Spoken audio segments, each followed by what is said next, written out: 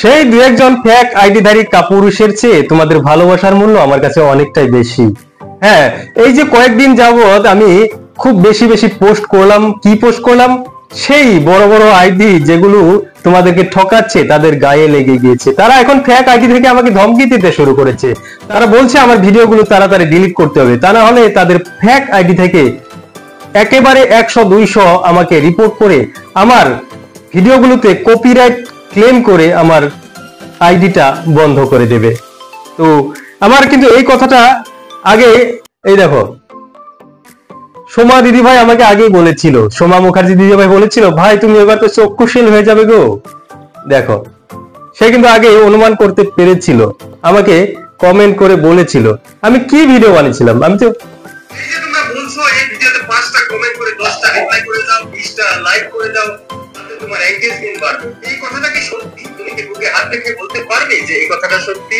এতে কি তার এনগেজমেন্ট বাড়ছে আর তোমার এনগেজমেন্ট বাড়ছে? দেখো, তো এই ভিডিওগুলো যখন আমি দিচ্ছি তখন কিন্তু তাদের গায়ে লাগছে, কেননা তাদের কাছে তো কোনো কন্টেন্ট নেই, কন্টেন্ট তো দিতেই পারছে না। তারা শুধু তোমাদেরকে ভুলভাল ইনফরমেশন দিয়ে এঙ্গেজমেন্ট বাড়াচ্ছে। আমার ভিডিওতে 5টা কমেন্ট করে যাও, 10টা কমেন্ট করে যাও, কেন? যদি আমার ভিডিও ভালো লাগে অবশ্যই কমেন্ট করব, ভিডিও ভালো না লাগলে কিভাবে কমেন্ট করব? কালকে একজন ভিডিও দিয়েছে, ভিডিও না দেখে কমেন্ট করলে কিন্তু ফলোয়ার্স কমে যাবে। কেন দেখবো ভিডিও? তোমার ভিডিওতে আছে কি যে আমি ভিডিওটা দেখবো? তোমার ভিডিওতে কিছু থাকার মতো থাকলে আমি 10 বার দেখবো তোমার ভিডিওটা। যদি তুমি কিছু শিখিয়েছো আমাকে, আমি তোমার ভিডিওটা 10 বার নয় 20 বার দেখবো। আর যদি তোমার ভিডিওতে কিছুই নেই, আমি কেন কমেন্ট করব, কেন দেখবো সেই ভিডিওটা, কেন ধাক্কা মারবো না? তোমরাই বলো কেন ধাক্কা মারবো না? তো তাদের গায়ে অবশ্যই লাগবে, কেননা আমি নতুন বন্ধুদেরকে, যারা আমার পাশে আছে, যারা আমার ভিডিও দেখে, তাদেরকে কিন্তু আমি হাত ধরে সঠিক রাস্তায় নিয়ে যেতে চাইছি। দেখো, তুমি কন্টেন্ট ক্রিয়েটার,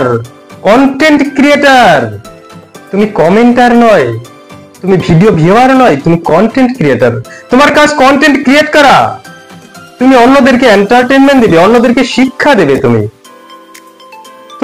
কন্টেন্ট ক্রিয়েটার, শব্দের অর্থটা বুঝতে হবে। কন্টেন্ট ক্রিয়েটার, তুমি ক্রিয়েট করবে, ক্রিয়েট করাটাই তোমার কাজ। তো এভাবে আমি তোমাদেরকে সব সময় সাপোর্ট দিয়ে যাচ্ছি, আর এই সাপোর্ট দেখে কিন্তু অনেকের এটা হজম হচ্ছে না।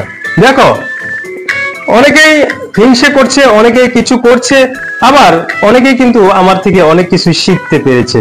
এই যে দেখো, আজকে সকাল সকাল একটা এত সুন্দর একটা কমেন্ট করেছে আমার এক দাদা ভাই। আচ্ছা, একটা দাদা ভাই একটা সুন্দর কমেন্ট করেছে, দেখো, মৃত্যুঞ্জয় পাল কি লিখেছে, একবার দেখো। অনেকের দেখার ধৈর্য হবে না, তারা ভিডিও স্কিপ করে চলে যাবে, কিন্তু যদি এই ভিডিওটা তোমরা ধৈর্য ধরে দেখতে পারো, অবশ্যই অনেক কিছু শিখতে পারবে। সে কি বলেছে? ভাইয়ের সবগুলো কথা অনেক গুরুত্বপূর্ণ, এই কথাগুলো মেনে চলে সে অবশ্যই এগোতে পারবে, যেমন আমি পেরেছি। আমি কিন্তু এই ভাইয়ের কথা শুনেই কাজ করেছিলাম, আর 1 মাসের মধ্যে মনিটাইজেশন পেয়ে গিয়েছি। দেখতে পেলে এভাবেই চলছে। যদি মানতে পারো, বিশ্বাস করতে পারো, অবশ্যই অনেক কিছু পাবে। আর যদি ভাবো যে না, তুমি আর কি শিখাবে আমাদেরকে, তাহলে কিছুই শিখতে পারবে না। এই ভাই কি বলেছে? সকালে পোস্ট করেছিলাম, কি বলেছে? তোমার কথা মতো কাজ করে আমি একদিনই 50 জন ফলোয়ার্স পেয়েছে, তুমিও পাবে। কিন্তু কথা হলো, আমার কথার কি কোনো মূল্য আছে তোমাদের কাছে? আমার কথার কি কোনো মূল্য আছে? কিন্তু আমি তো খুবই ছোট ইউজার, তাই না? আমার কথার তো কোনো মূল্য নেই তোমাদের কাছে।